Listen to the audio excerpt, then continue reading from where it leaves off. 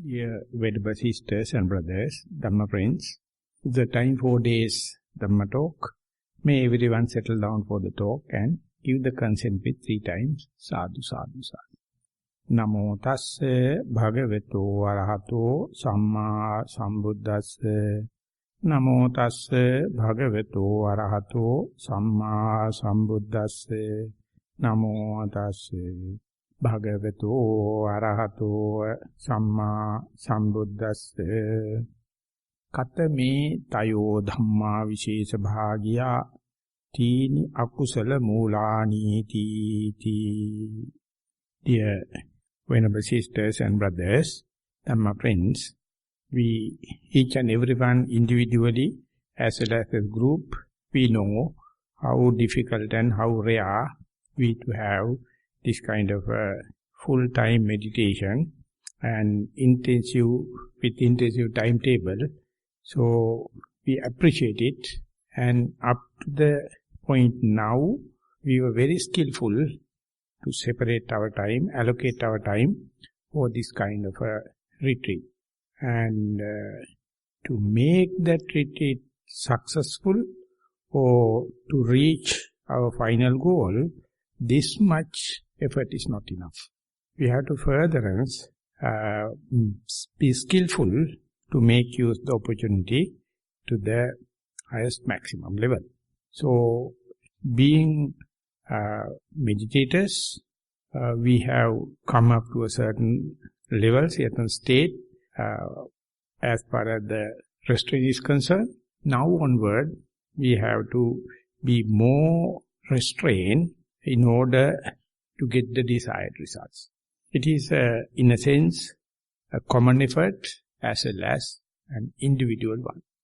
So, towards that, the Buddha, he himself summarized his long journey, remembering the past in Jataka stories and all, and achieving the final goal of omniscient knowledge. He tried to summarize the way story, a success story, with us, we are the followers. So he himself declared that I can see 5 ways of facilitating this our yogic life, meditating life, in order to achieve the final goal. It may be Cheto Vimutti or Panya Vimutti, liberation from the mind or from the wisdom, or to have the fruition of that Cheto Vimutti, Panya Vimutti. So, it may be very long, detailed story, the Buddha reduced into 5, so that we can remember easily and then adhere, and as we continue, more and more detail may come into being. The first and foremost, the Buddha appreciated was the moral code, the Sila Sikha. We all, as far as the lay people, lay yogis are concerned, we agreed to come up with the 8 precepts. As far as the moral precepts are concerned, there is no such a standard one, whether 5 precepts are enough, or 8 precepts, or 9 precepts, or 10 precepts, or to become a novice, or to become a full ordained. This is the whole range, whereas the Buddha himself never demarcated the minimum. Discussing about this subject, Mahasi Sayadaw, he says, don't put such a barrier, and whatever may be the precepts, good, but we in Nissarana, this is our 216th retreat. We have our convention. Throughout, we maintain 8 precepts. So we can be agreed upon 8 precepts. So everyone must understand why should we practice these precepts and what are the precepts. And it must be a given norm. It must be a basic guideline everyone to practice as far as the lay yogis are concerned. So, Venerable Jnanarama, our teacher, he used to say, whenever a lay person going for a higher precepts and come to a place like this, wearing only white clothes, not taking meals in the evening, and associating and behaving with other people, it's a very good reason someone to renew one's mindset. I am not a householder now. I am living in a retreat atmosphere. All others are also respected yogis, and they are respecting precepts. So therefore, wherever you see, it is, you see somewhat very pleasing, religious and spiritual kind of a thing. So you can renew your mind or mindset. So it's a game. And anyone can break it. And then it will be a nuisance to the whole team. And bad name for the whole institute. So therefore, in order to have the higher goals, higher results, one must maintain the precepts, just like the cleanliness of the place, just like the silence of the place. So if anyone is going to break the cleanliness, everyone is affected. If someone is going to make noise and nuisance, everyone is suffering. So therefore these things are basic norms we agreed upon. So therefore it is not nothing mystical. There's nothing someone is imposing upon something. We agreed upon, yes, but we have to maintain the basic precepts. That's called Sila Sikha. And that is the culture, what you call Buddhist culture. We take a vow not to kill. We take a vow not to steal. And likewise it is happening, so therefore we are not taking a vow to do anything. We are taking a vow not to do something. It's called Viramana Sila. We are doing away, we are not doing something, so therefore it costs nothing. It need no any formula, any place, anywhere one can do. But once you maintain it, you become a cultured person, affable person, lovable person, valuable person. And that is what we call you are changing mindset. And we are happy to be with that kind of people with moral code. So, but anyway, it is not maintained by itself. Each and every moment we have to make sure we are morally responsible. Whatever we are doing. So, we are not doing due to the fear of a punishment. We are not doing to gain something. No fame, nothing. So, that is one thing we call Sila Anuggahita. And then Sutta Anuggahita. Now we are listening, everyone, to one single person. Why? There is no such a big issue. One day, Venerable Jnanaponika, who founded the Buddhist Publication Society, he did a great job. And one day he's been asked to come and give a talk in German. So, known people, respect elders, asked him to go there and take the seat, and as a Buddhist monk, he gave a talk, and at the 55 minutes, and at last 5 minutes, he asked the audience, I tried to convince you on this subject, with this subject matter, do you have any question, please? A young German girl stands and says, Mr. Jnanaponika, who are you to give all the answers of we are asking? Are you omniscient? Then Jnanaponika was so humiliated, but he told, I am sorry, I am being invited to come here and give a talk on this subject, that is I did. Please ask the inviters, those who invited me to come here, I have nothing special. So it's a very, when you go to the Western countries, you have to verify, you have to justify why you are talking and other listening. We have a lot of other teaching systems. You can go to YouTube and listen anything. So, being so, why we are allocating complete 1 hour in our timetable for this kind of a listening, for this kind of a talking? It's a kind of a traditional thing. That's the best, most lasting teaching system. Talking and listening. Sravaka, Desaka. We are all being called Sravaka. Bhikkhu, Bhikkhuni, Upasaka, Upasika, 4 types, are all Sravakas of the Buddha. And that is the way. And when we are listening, We are not in a dialogue. We are not in worldly matters.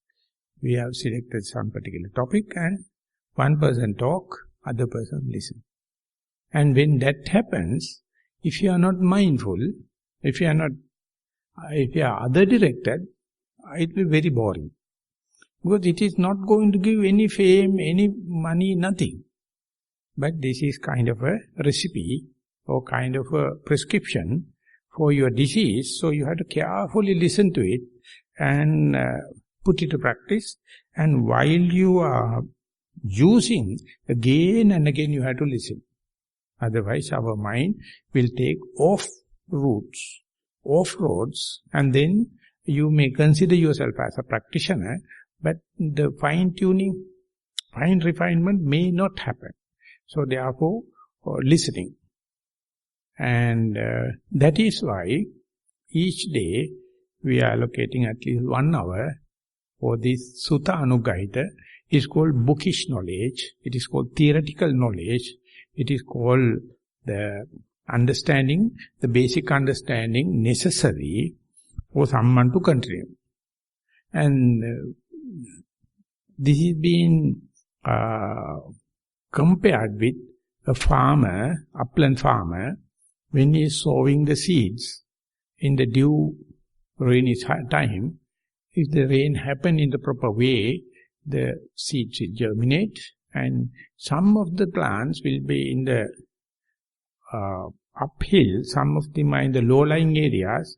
The low-lying areas usually get the groundwater, so farmer has nothing to worry. But there may be some plants in the uphill there, so he has to water it occasionally to have a very good growth or undisturbed growth. But when you are watering, if you are going to water low-lying areas, the water table will come up and too much of water will kill the roots of the plants, and then plants will die off. You can't understand why it is happening, because you have too overwatered. So this is happening. Present day, so much of people give Dhamma talks. From the morning to evening you are listening.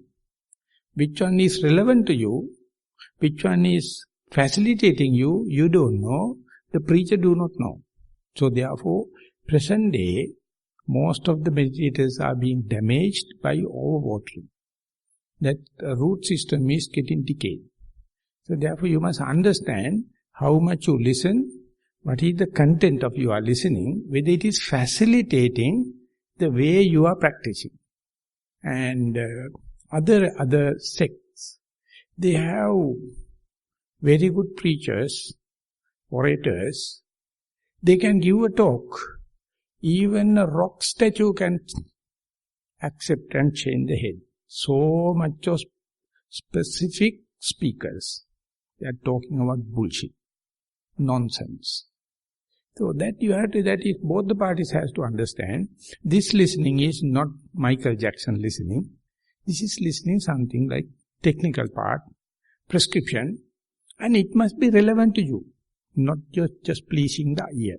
So that part, both the parties has to take the responsibilities, and it is already included in the timetable, and hopefully it will increase your book knowledge, the theoretical knowledge, the necessary basics, and it is leading. So, for this retreat, we have taken the Dasuttara Sutta, the Sutta on the 10 groups, increasing in the manner, and that you find in the Digha Nikaya, long sayings of the Buddha, the last Sutta. And we have selected one particular part as the topic.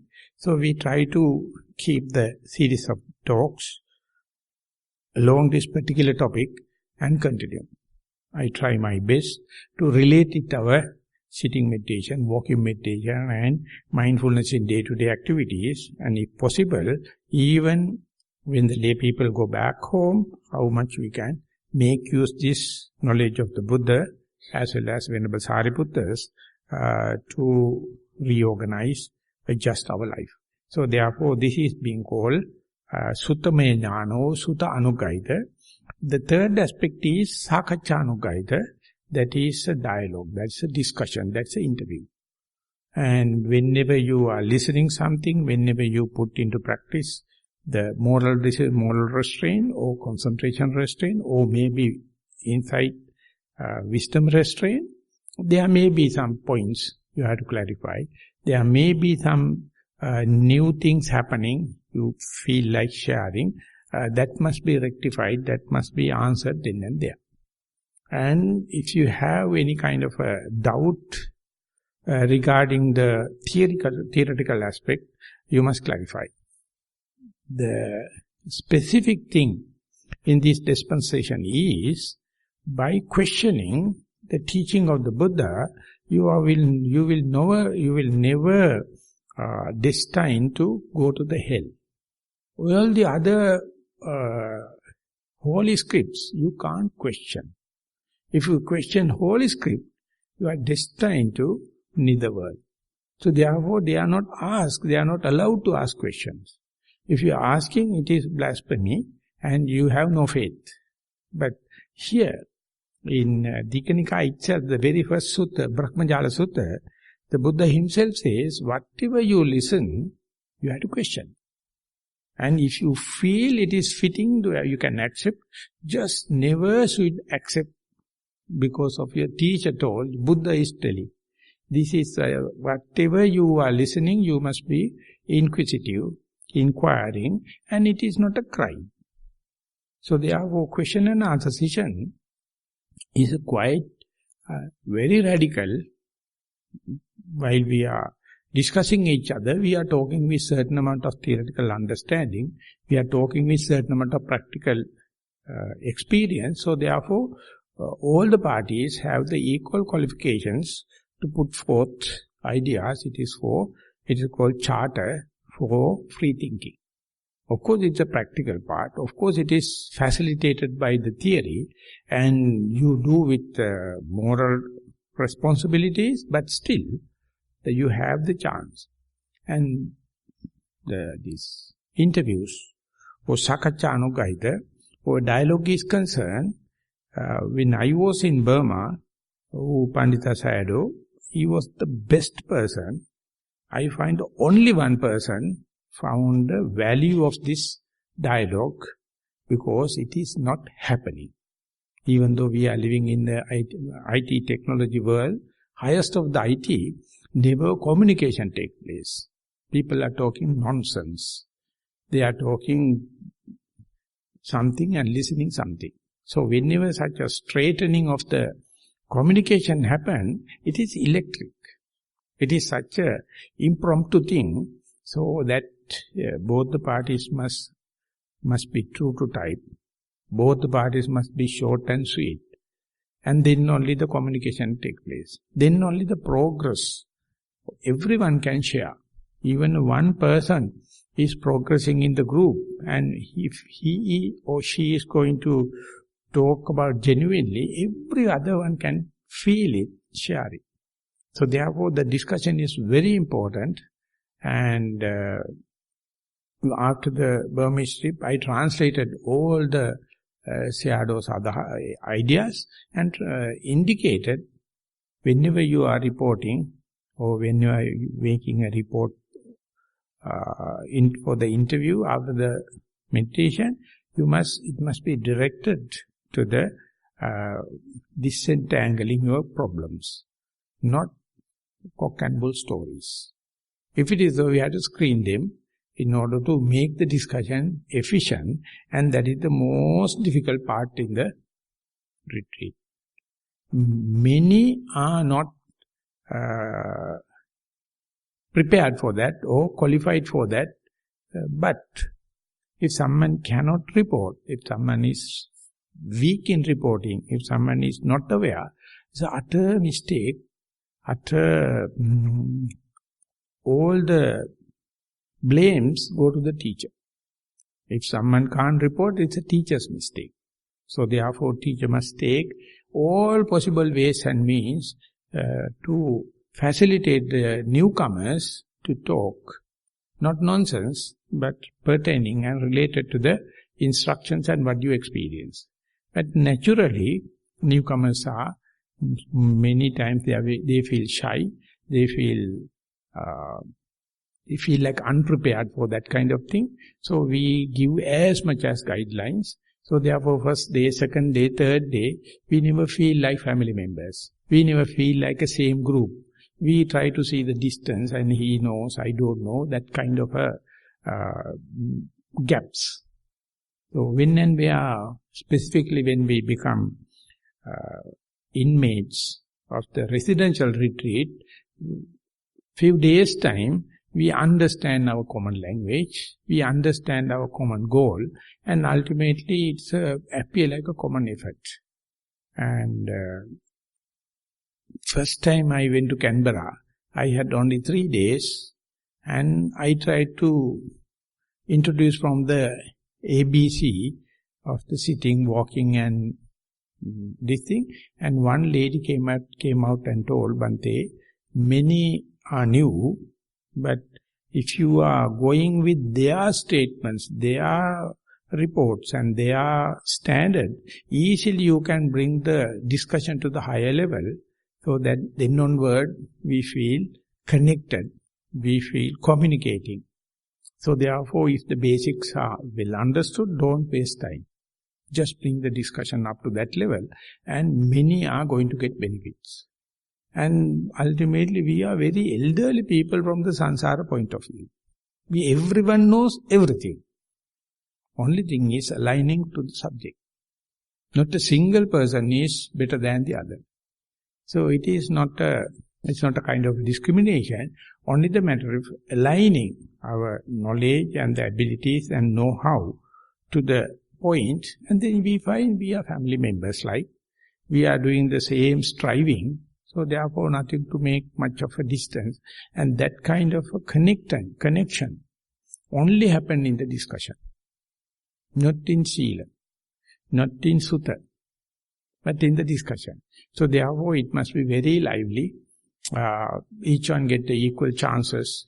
And with this kind of three, the Sila, the moral responsibility, Sutta, the theoretical understanding, and then and there rectification of our doubts with the help of discussion only, one can sit and be happy. One can walk happily. Otherwise so much of doubts, otherwise so much of self-criticism, and mind never find a peace. So therefore let these things rectified and clarified in the discussion. And when you go to the walking path, when you go to sitting, when you are doing any other activities, you must have the one thing at a time and that done with.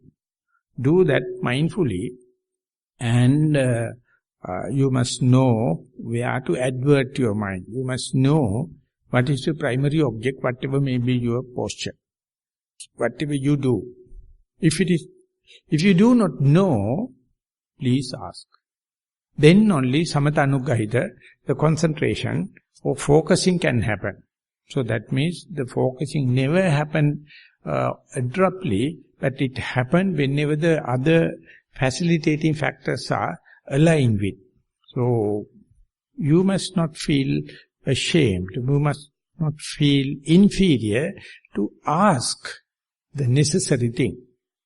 So that is how Sila Sutta Sakaccha is being given due value, and then peace of mind or concentration or one-pointedness, it is not coming out of the blue sky. It has to be facilitated, and there you find 1 or 2 days time, just like you learning how to ride a push bike. At the beginning you may topple down and you may get the support of the others, and slowly you will understand how to gain the balance. And once you gain the balance, it is feel like riding, more and more riding. Even if you falls down, you learn how to take the bike and ride without the support of another person and get the balance. The balance You can buy a bicycle, but you can't buy the balance. Balance is something you have to earn by trial and error. So concentration also something like, by trial and error, slowly you understand, because there is no other way than the trial and error. Everyone ever achieved kind of a concentration always by trial and error. It is not a bad thing. It is like a young child learning the mother tongue. When you are gaining the mother tongue, the language, it happens. Start with somewhere and you don't know. Few days time you communicate with my mother and father. Likewise, and whatever the mistake happened, we never punish them. But for the second language, if you are trying and if you do mistake, someone will look down. But the first language, the mother language, no problem. Likewise in the meditation, these trial and error, these mistakes are never being punished.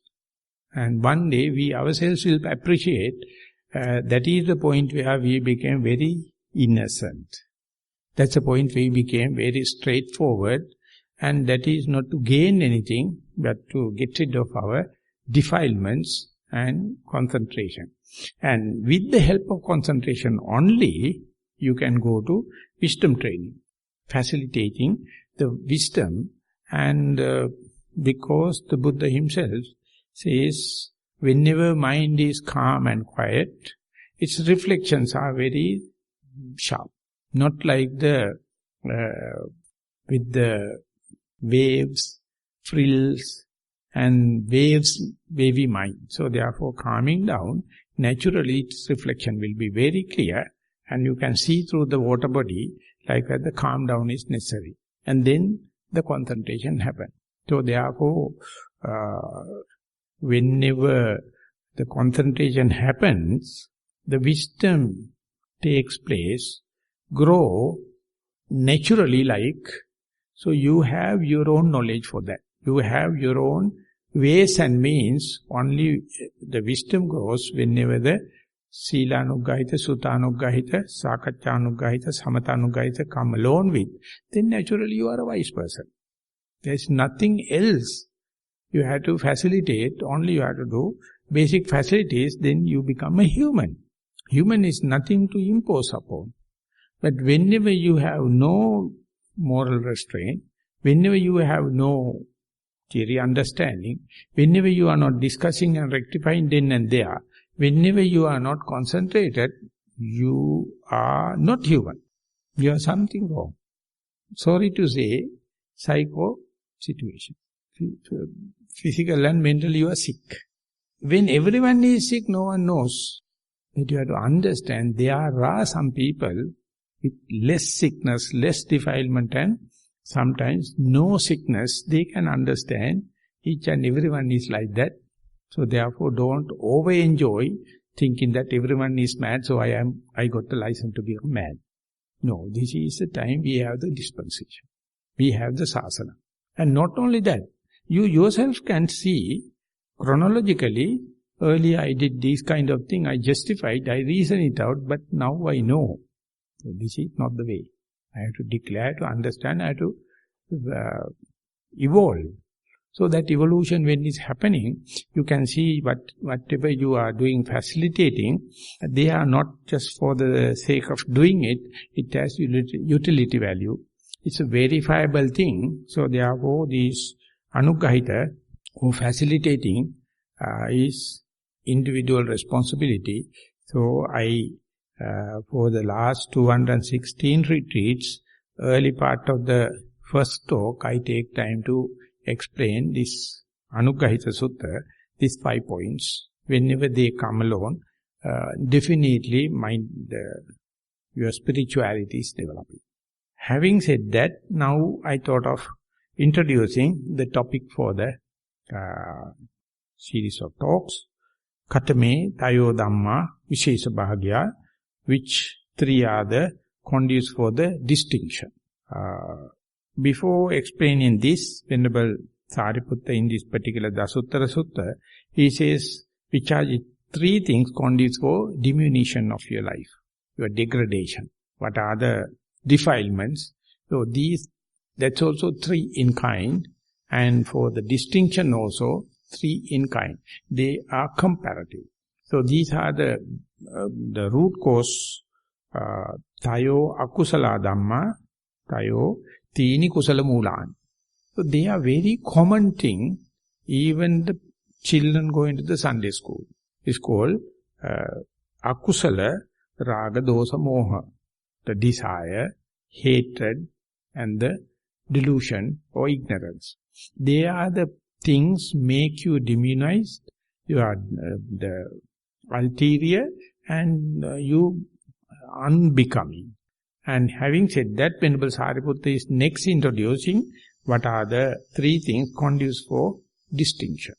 And that is called alobha, free of desire, adosa, the free of hatred, and amoha, free of ignorance. So when these, the defiling things and distincting things are concerned, why the Buddha is always starting with pointing bad side and then with comparative to that explaining the good side. Usually the way of presenting the Buddha is always positive, always with the good side, but in this context he first say alobha dosa amoha and then, lobha dosa moha, the hatred, the desire, hatred and the delusion, and with respect, with comparative to that only, we have to learn there is something called akusala moola, the root cause for the kusala, skillfulness. 3, lack of desire, lack of hatred, lack of ignorance. So, at last you have to accept the lack of desire, lack of hatred and lack of ignorance is our norm. If it is so, why should we try to get it that? Our normal status is, our mind is born with, when it is natural, no desire, no hatred, no ignorance. But due to the association with the people, association with the other things, we develop kind of a desire, kind of a hatred, and kind of ignorance. Ultimately, that will completely overwhelm our nature, ourselves, and we end up with the friction, end up with this unsatisfactoriness. So therefore, you have to understand first the defiling thing, and the conducive part for the distinction is not to do defiling things. So it is well explained within the term restraint. Not to do bad things. Not to do. So therefore, it says, sabba papa sakarana. First, do no harm. So therefore, you have to understand as a yogi, not like a business person, not like a household runner, not like anything. As a yogi, what are the things you should not do? And then, by not doing, you become purified. Not by doing something. So this is the place where the Buddhism and the Buddha Dhamma is distinct. Buddhism is Buddhism will tell you to do this and this and that. But the Buddha Dhamma, when you go to the higher Dhamma, always telling don't do this, don't do this, don't do this. Restraint. So when you become a yogi, when you come to the full-time meditation, for example, when you are sitting, basic instruction says, sit in a comfortable way and don't do anything. So make your posture in such a way you can let the body can sit by itself. Take such a posture, straight, and then verbally shut your mouth up, and then be aware what is happening. Not physical work, not verbal utterance, and mind is utterly focused to see when you are doing nothing in terms of verbal, physical, what is happening inside. So there you will discriminate what you mentally do with your will and your volition and intention, and what are the things happening without the will, without the intention and without your volition. So how many days, how many hours will it take, even though you do nothing, the life continuation is happening. And you can be aware of that very fact. The continuation happened, and it is perfect. As far as you are not forky fingers. More you sit and wait, things are happening very nicely. So you have to let it happen, and effectively, or that is to say, there I may use the term intentionally, or with full vigilance and diligence, be aware what is happening. So there you may understand, volitional you do something, willfully you do something, or willfully you observe while doing nothing. And you find there's such an opening to the human mind, to the existence. You can sit and wait for hours to see two thought moments are not equal. One after the other, changing. You will never see two cross-sections equal. It's such a vast changing. So much so, you feel bored. You see, it's showing so much of the combinations. So they are, where as far as you are not physically active, as far as you are not verbally not chattering, and your mind is well directed to here now I am, and it's a perfect enlightenment. No one believes. Whenever you are here and now, that is what you call enlightenment, but it is momentary. So, I had the chance in the Independence Square, where the interfaith people came, and they asked me to give a guided meditation for 15 minutes. So, different sects, not only Buddhist. They came, I told, and we'll sit very comfortably and be aware very happily. Now I am sitting here, I am utterly contented, and not only that, just see what does it mean by just be. Sit in a very comfortable base, so you can wait 15 minutes without much of a movements of the body. Body may maintain its posture, and don't talk each other, and just be aware. Who can verify the mind is here and now? What are the signs? What are the clues to see the mind is happily here and now? Because even though you are not verbally, physically not active, mind can run away past, future, other people and other places. So you have to give instructions. Whenever such a thing happens, you have to see mind is not natural. It is wavering. It is flattering. Be here. And when you try to explain with your best articulation, never no one can explain when you are here and now. No language possible to explain here and now. So therefore, where are we leading people to asking be here and now, and by questioning, how can you verify you are here and now?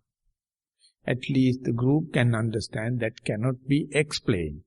It is so profound, but it is something experienceable. That experience-wise we are all the same. So that is the beauty of it. When we sit, when we not talk, and very comfortably you sit and experience here, now I am sitting, and not appreciating the past and the future, not appreciating other people and other places. And when it happens, even though you can't explain it, you can experience it. If someone says that is what you call the Nibbana, that is what you call the liberation, I think no one will accept it. They think the Nibbana will happen in the next Buddha to happen, Buddha the Metteya, and we are not qualified because we have committed this and that. How come that happens? Because not doing, never consider as a wholesome thing. Never consider as a meritorial deed. Because we have been introduced so much of thing to do. But in alobha dosa moha, when you boil down, you are de-learning process, deconditioning process. So it has to happen very slow manner. First you do away with extreme violation of the social norms or the moral code, killing, stealing and sexual misconduct. Any civilized society will not accept them as good things for the citizens. And lying, slandering, harsh words and frivolous talks. And when you decided not to do it, it's a way we call moral conduct, physically, verbally. But still, you can see mind is sending kites, always going up and down. So therefore you give the body a comfortable symmetrical position and make up your mind not to think about, not to have volition, not to have determination, not to have anything, and just to, but to observe what is happening. That means mind is assigned, mind is adverted to experience here and now. So therefore it is called, not the moral restraint, that is called concentration restraint. And how many thought moments you can be aware, here now I am sitting, and there you can understand alobha, dosa, moha.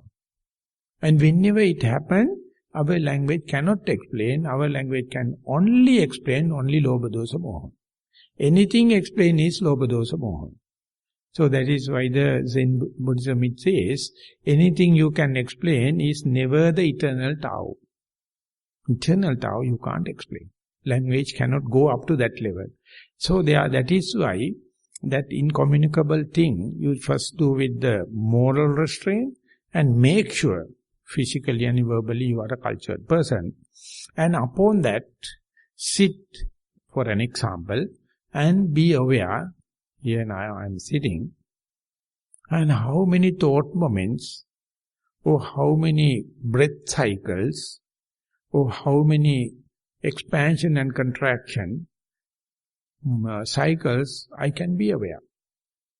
And when and where you become success, at least one breath, it's a qualification. You are a qualified, self-certified yogi. And then the retreat is utterly successful. If someone can take up to that level and say, one breath, I can be aware, at that time my mind was with the breath. That's it. And then onward, the responsibility given to that particular person, how can you make it 2 breath cycles? How can you make it 3 breath cycles? How can you make it 4 breath cycles? That is, you have to use your common sense.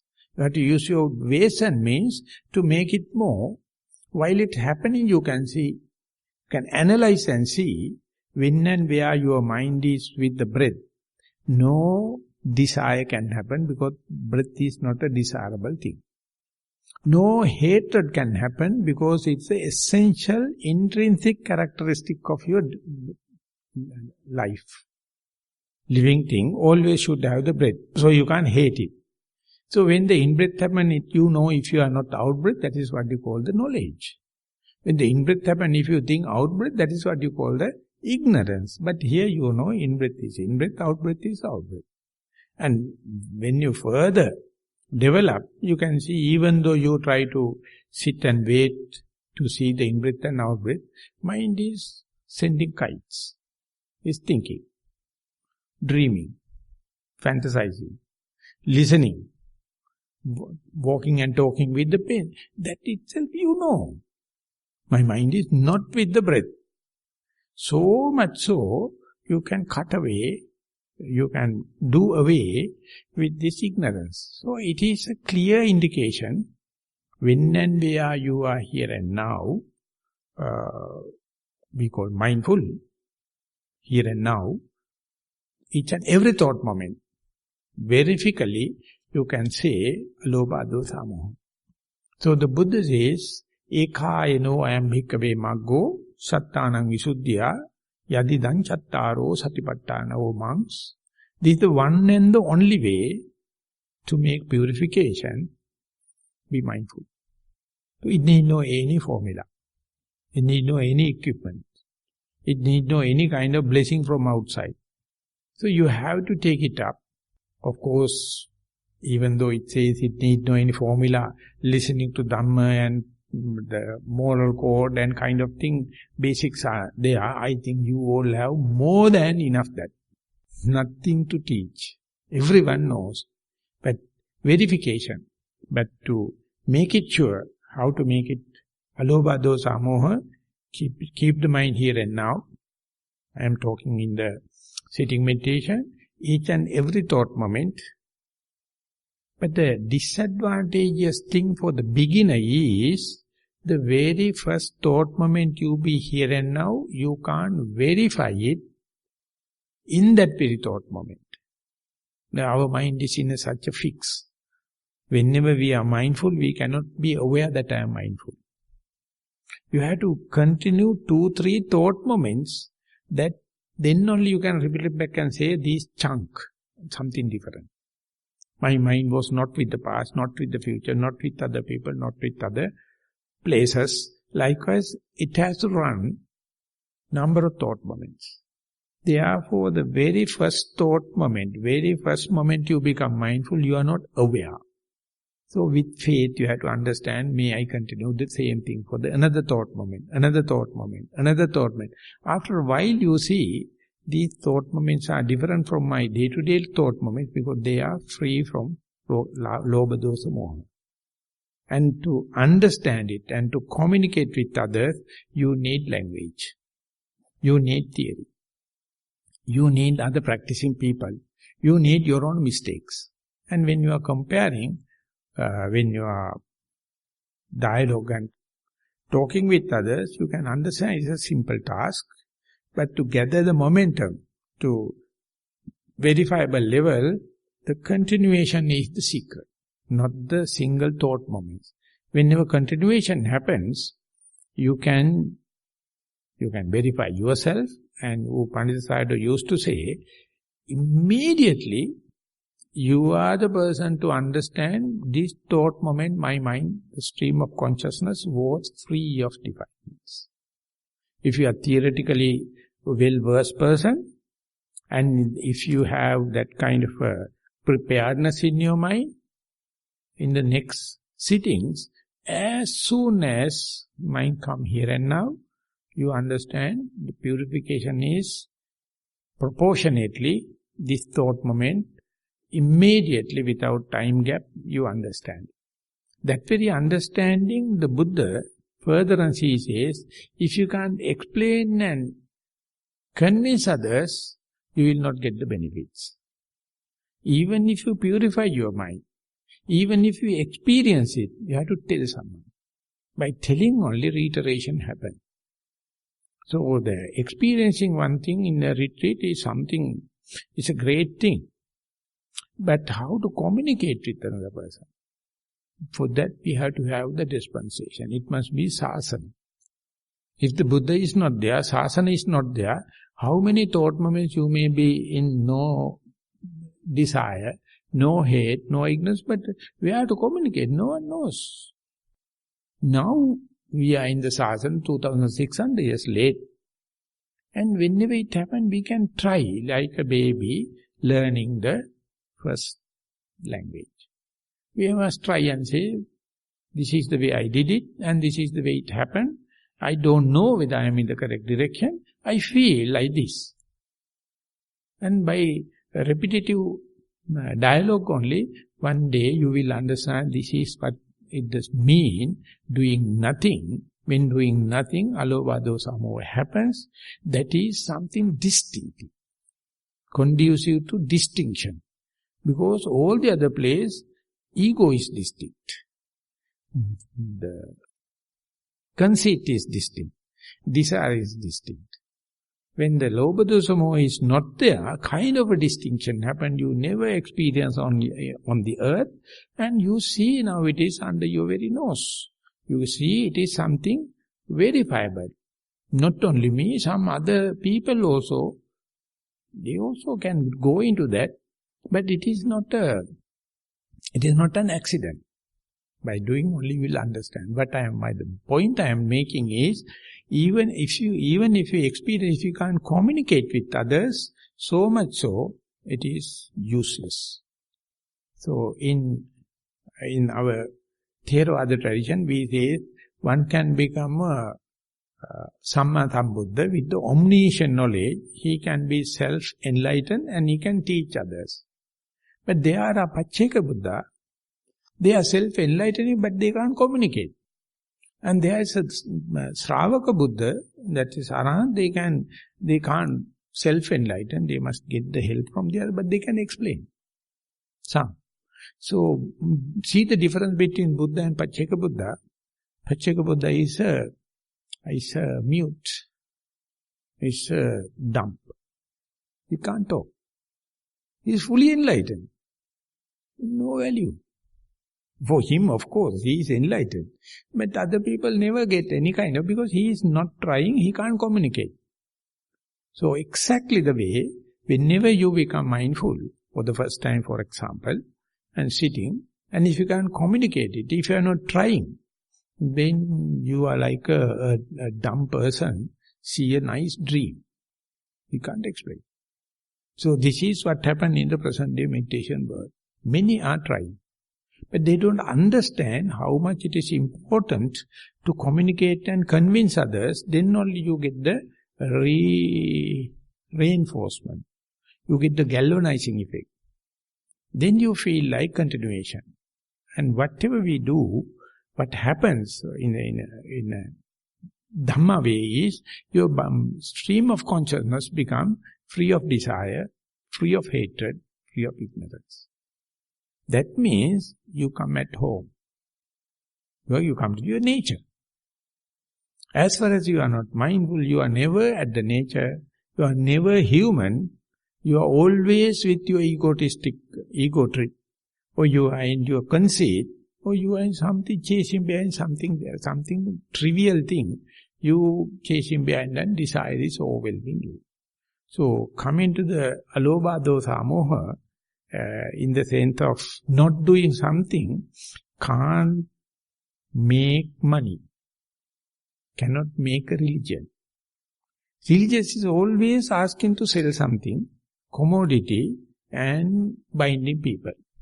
But this one, of course, through the religion also you can understand it, but this is something different from the religious movement and the person's spiritual achievement. So therefore, each and every person is with the potential, is with the possibility. But he or she, if it is not trying, sorry, it is not being put into practice. Even if you try and successful, if you can't explain to someone, if you are not verifying it, if you are not galvanizing it, if you are not reinforcing it, you will never get the personality. You will never get the confidence. You will never get the contentment. So, whenever you meet up with people, those who can communicate with you, you feel, what a change into my life, because these people are not talking about nonsense about the worldly development, they are talking about their own under-the-nose experience, and they are living present moment. They are not dreaming about planning others and worrying about the past, nothing. So in my life at the age 26, I exposed to that Veluvana Dhamma group. Venerable Dhammika is the one introduced me, and I was utterly disqualified to go there. But they are people, simple living, high thinking. I systematically break precepts. That is my hobby. How to kill an animal. I try to shooting the jumping animal. And if I put a fish hook, not the fish is biting and eating it. I get by the outside I get the fish out of the water. I have such a luck. If I put this thing, I can get the fish. And robbing. I am a kleptomaniac.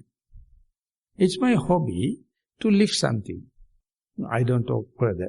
And this while doing, with Dhammika went told, no problem. It is not a problem. You can be mindful. I told Bhante, you are talking nonsense. Because I am not a religious person. I am not a virtuous. I am not a Sila Sikha. I take it as a joke. Never mind. He showed me his photos.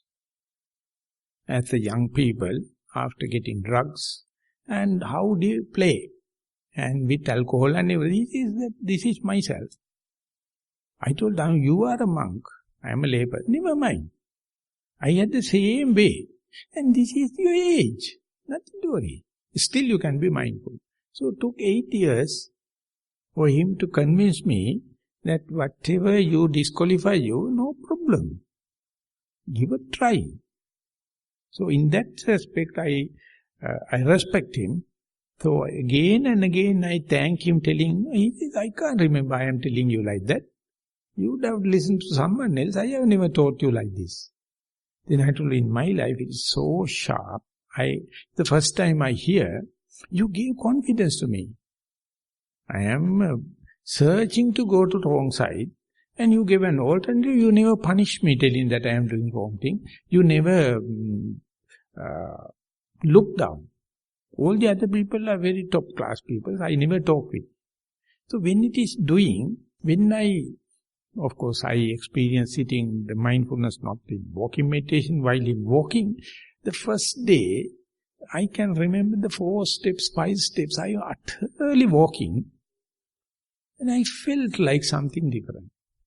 So I went to the magazine prison, and there were 116 prisoners, all are with the capital punishment. Of course, at that time there's no, now there is.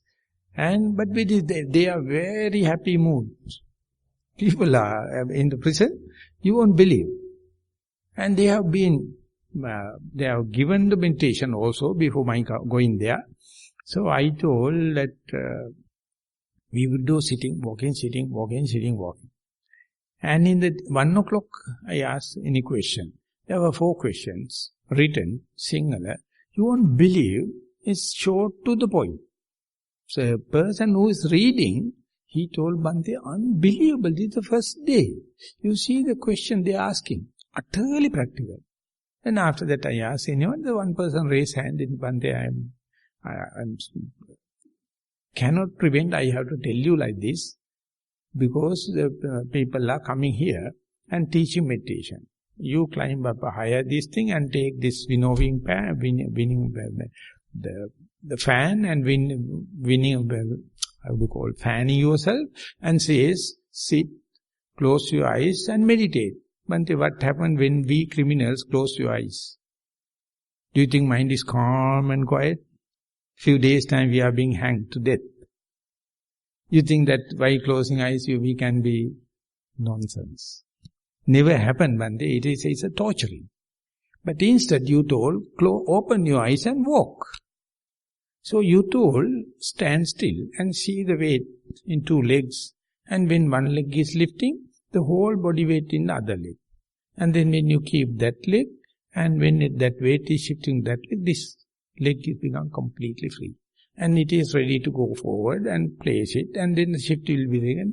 And when it happens, I feel utterly I am experiencing the touch. Left leg touch, right leg touch, left leg touch, right. So my mind is utterly mindful.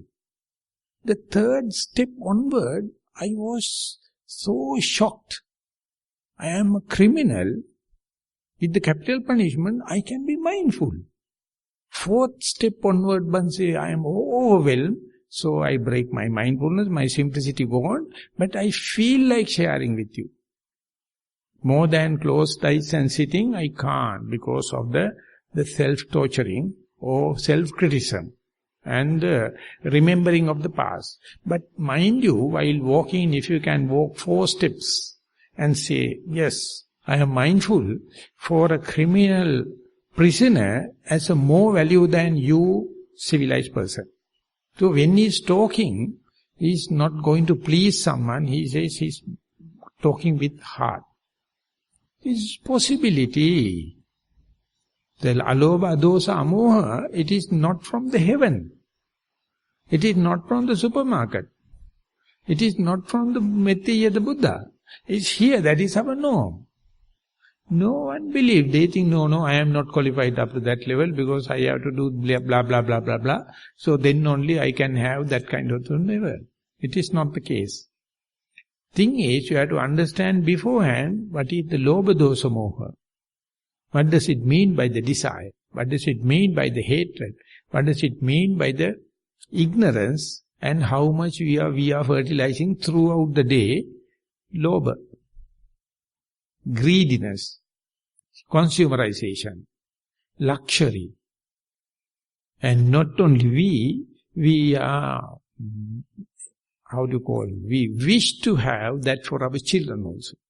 We wish to have that for our family members also. We wish to have that for our parents also. Therefore, not only we become defiled, we are sharing with others. More the desire, we are rich. I don't know what kind of a language this is. More you the desire, more you have material, you become rich. I would say you are a slave. You are just maintaining this luxurious thing, and ultimately you become a slave to this materiality and end up with so much of frustration. And that crime, you have to pay. You have to pay. When you come here, you take the plate and go in a line and take your meal and eat it. Very tasty. Rather than going to the dinner, to the party and having this and that and your preparation food, you know it is, no, you can't eat it. But what is happening here, so simple. And it needs not so much of money and kind of, it is simple, down to earth, eco-loving food. And we given a bed and you can sleep very well. And well, that, imagine Nissarana is giving all free of charge. This retreat only 30, otherwise over 90. So what a kind of life. When we get basics, we are utterly happy. But that you have to appreciate it, otherwise it will appear like a punishment.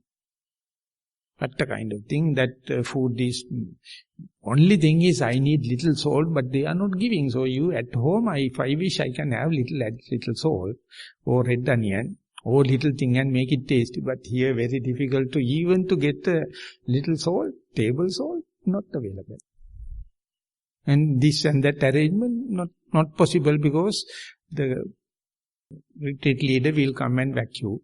Then don't ask anything and all the kind of nonsense. But at home you are the king.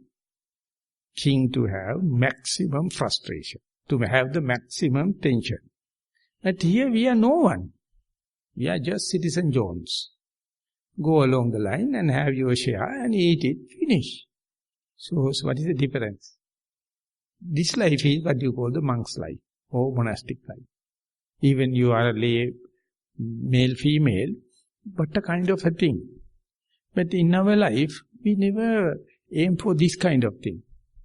Unless otherwise the Buddha is creating tradition and maintaining it 1,000 and 1,000 years, then only we can go there and see what the way of life. Imagine the Buddha is a princely life. 3 mansions and so much of workers.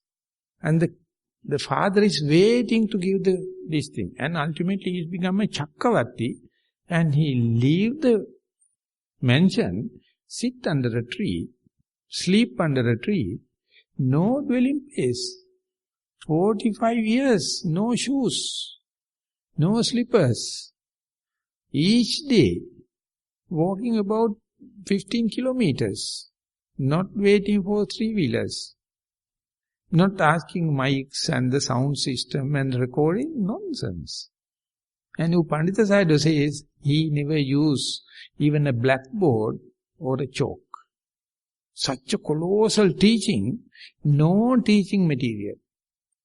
And that is complete knowledge, it's complete corpus. So that is the difference. So still we are trying my share. So therefore, morning to evening, how much we are facilitating the desire. And so ultimately you have to commit. You get committed and therefore you have to pay. And when there's alternate living, come here, eat whatever you have been given and sleep wherever you prepared. And you see there's a peace of mind. I don't know, everyone is appreciating it, but alternative is there. And on top of that, if you can experience one thought moment, two thought moments, one breath cycle, two breath cycles, no raga, no dosa, moha, and imagine on the spot if you can understand it. It's very difficult. And exactly you can write it in the report. There you are. Our retreat is successful. And we give the homework, how much you can maintain it, amidst of other dairy chorus and all the kind of thing. So here the just planting the seed and to say, the alobha dosa amoha is not a far away thing. It is under your very nose. And explain in sitting meditation, or we call mindful sitting, whenever these thought moments happens, your deductive knowledge, your rational knowledge can analyze it after a certain amount of mindful breath cycles, the difference. The difference you can discreetly, delimited way, you can tell if you know the theory. This is the freedom of lack of desire. This is the freedom of lack of hatred. This is the freedom, lack of ignorance, and they appear like in one unit. But when you are explaining, you can see the teaching of the Buddha, the lively sasana is here and now. So tomorrow I will take further time to go further into our meditative life. Today it is time up for the day. Thank you very much for listening. Hope this all information will help boost your timetable and go back to your innocence, go back to your direct touch with the present moment. Thank you very much for listening.